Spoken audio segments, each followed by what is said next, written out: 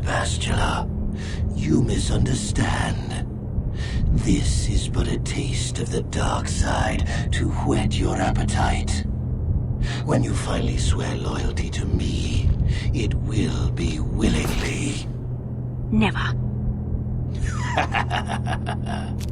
Such resolve in your words, but I see the truth in your heart. The dark side calls to you, Bastila.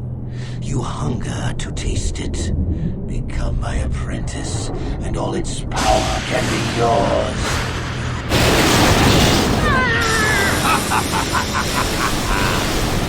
Bastila Shan was a human female Jedi, born on the core planet Talrevan to Helena Shan and an unnamed treasure hunter.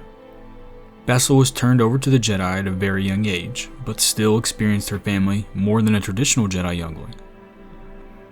Bastila would have a great relationship with her father, the opposite with her mother, who Bastila believed to be consumed by greed.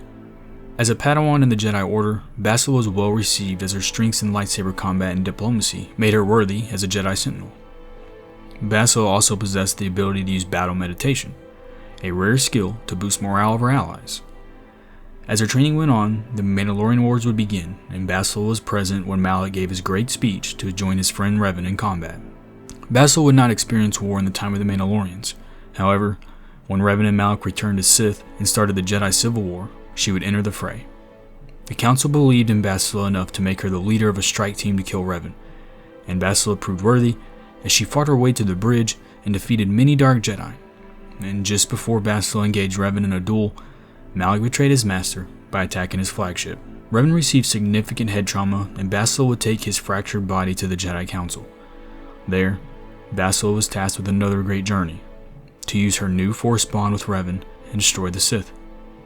This journey led her to aid Revan in finding the star maps to reach the Star Forge, but just before the Knights of the Old Republic reached the last star map, Malak would intercept them and Bastila would sacrifice herself to save Revan and Carthanasi, or so it seemed. Malak instead took her as a prisoner and tortured her for weeks in the lower levels of the Temple of the Ancients. Converting her to his new apprentice, Bastila was then unleashed when Revan, Jolee Bindo, and Juhani emerged on the upper levels of the temple to gain access to the Star Forge. The duel with all three Jedi was overwhelming, even for her newfound powers, and it was here that she saw Revan's true power. With Bastila defeated, Revan attempted to bring her back to the light, and suggested their bond was more, and that the answer was love. Bastila rejected this, and retreated back to the Star Forge. Her time as a Sith was short-lived, simply because Revan was not to be denied his own path of redemption. Revan and his two Jedi companions fought through hordes of Sith soldiers, Dark Jedi and droids, to reach her in the inner sanctum of the Star Forge. Revan and Bastila would face off in one last duel, which saw Revan emerge victorious, and Bastila would confess her love for Revan, and see him as the prodigal knight. Redeemed, Bastila would use her battle meditation to aid in the Republic naval battle as Revan would go on to defeat Malak.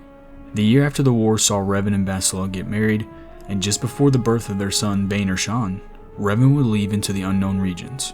Shortly after, Darth Nihilus and Darth Sion would emerge and start the Jedi Purge, and Bastila would go into hiding with Baner and Karth until she located Mitra Surik and tasked her to finding Revan.